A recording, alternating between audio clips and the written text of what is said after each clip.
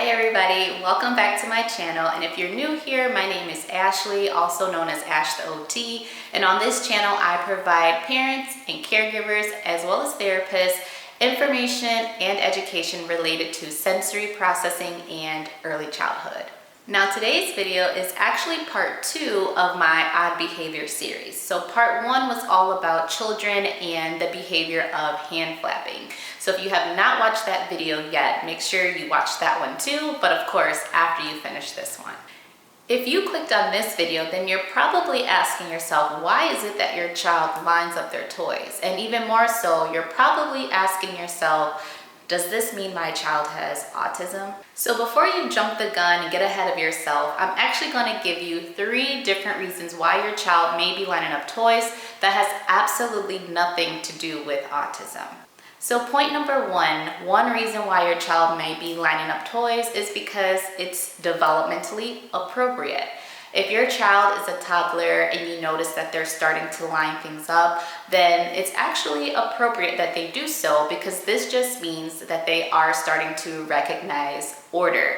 They're making sense of the world around them, and now they're starting to put things together.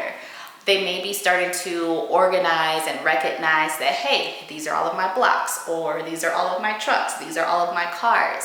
So they may line things up by their category. They may start to recognize colors, so they may start lining things up by color or by size. So it's actually a good indicator that they are developing and that they have good cognitive development going on. And this is the reason why they may be lining things up. Sorting and organizing objects is actually a key skill that we actually use for the rest of our lives. So if you think about it, you as an adult, you probably organize things by color or by size or by shape or whatever have you when you're organizing your closet or your office. So this skill that kids develop way early when they're starting to line up toys is actually something that we actually carry on with us throughout the rest of our lives. The second reason why your child may be lining up toys is because they feel the need to control their environment and have some sense of order. If you think about it, sometimes kids actually pick up on things that are going on, even in our adult world, that may affect them as well. So just think about it. Has there been a recent change in the family, a recent family dynamic situation going on? Did you guys just recently move to a new place, a new house, a new state? Did the little kid just get a new step-parent? Did you just recently get divorced? Did you just have a baby and now your child has a new sibling? Did you just go on vacation? So many things that we don't even think about could actually be impacting our child. So if there has been some type of change in their day-to-day routine or in their family dynamic, then this could actually impact the way that they play as well. And so lining up toys may just be a way for them to have some sense of order and some sense of control in their little lives when there's not much else they can control. Now the third reason that your child may be lining up toys that has absolutely nothing to do with autism is that they just may have a lack of play skills. Some kids just don't know what to do with certain toys. They don't know how to play, and so it's our jobs to teach them how to play. And there are different stages of play, and we won't get through that in this video, but there are definitely different stages and different types of play that should develop as a child gets older. And so, for example, there's that functional play stage where you're just using the object for what it's made for. For example, a rattle. The purpose of a rattle is to shake it. So a baby is going to shake the rattle, and that is an appropriate form of play for that child for their age. And now for kids who line things up, that's more of a type of like a repetitive play, and that's appropriate as well. But maybe your child is not just there yet where they're engaging in that pretend play, that imaginary play. So they don't really understand that just yet, and so they resort back to what they do know, which is lining up the toys, because it's repetitive, it's something that can be expected, and there's not a lot of change happening with that. And if they know that they're comfortable with that type of play, maybe they're just gonna stick to that type of play. So just remember, it doesn't necessarily mean autism, it could just mean a lack of play skills. Now, with that being said, I will also give you 3 different signs to watch out for that may be an indicator of autism. So number 1, if your child is having major meltdowns and major tantrums, if you disrupt their line of toys, then this could possibly be a red flag for autism. But not all the time. Sometimes it's just because they're upset that you messed up their line of toys.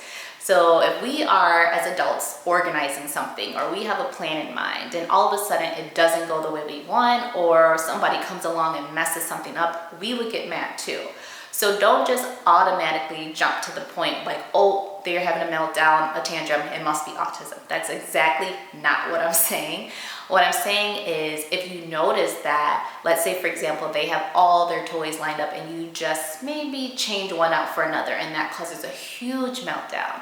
I don't want you to resort right away to thinking, oh, this is a red flag for autism, but I want you to stop and think about how they operate and function in their day-to-day lives. So if something is changed in their daily routine, does the same thing happen? If there is a small change in their daily routine, do they have a meltdown, a big tantrum? Do they have very hard times with flexible thinking? Is flexible thinking a challenge for them? So if you're noticing rigidity and issues with being flexible and issues with change in a variety of areas in their lives and not only just lining up toys, then that could be something that you should definitely talk to your pediatrician about. Now, the second thing that I want you to look out for is if your child plays with all of their toys in this way.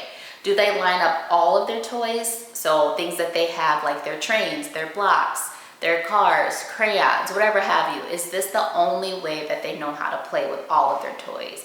Is this the only thing that makes them feel comfortable and relaxed when they're playing? If so, that's something that I would definitely bring up to your pediatrician as well. Now, the third thing that I want you to look out for is, does your child lining up toys indicate that there may be something else associated with autism as well? So for example, if your child is lining up toys, what other behaviors are they exhibiting? Do they have issues with poor eye contact, social skills, delayed language, other sensory processing issues? So if you notice that your child is lining up toys and they have some other signs of autism associated with that, then I would definitely bring that up to your pediatrician as well. So I often get the question, should I stop my child from lining up these toys? And my answer is no, not necessarily. Maybe you can help them expand their play. So instead of lining them up, see how they'll do with stacking them instead. So you don't necessarily want to stop them because you never know. This could be causing more anxiety and more chaos and more stress in their lives. So you definitely don't want to just stop them. But what I will suggest is you join them. Sometimes if you join them, that makes things expand as far as their eye contact with you, their interactions with you, their language skills. When you take things away and try to stop them and force them into your world, sometimes that causes more chaos. But if you join them in their world and enjoy lining up the toys with them, or talk about the color of the toys that they're lining up, or which one is your favorite, then they may be more susceptible to expanding on their play. Or you may just open up a whole new world of skills for them by joining their world instead. So if you've been tuning in to my Odd Behavior series, then one thing that you will notice that all of these behaviors have in common is it's not just based on one behavior that indicates that your child has autism. Autism has to have a variety of symptoms, a variety of behaviors in order for your child to be considered on the autism spectrum. And with everything I say, if you have these true concerns about your child, definitely reach out to your pediatrician, your healthcare professional, or even call the early intervention program in your local area. So guys, thank you so much for watching. Make sure you subscribe and stay tuned for my next video in my Odd Behavior series. And don't forget to download your free sensory red flag checklist, which will be in the description below. All right, until next time, bye.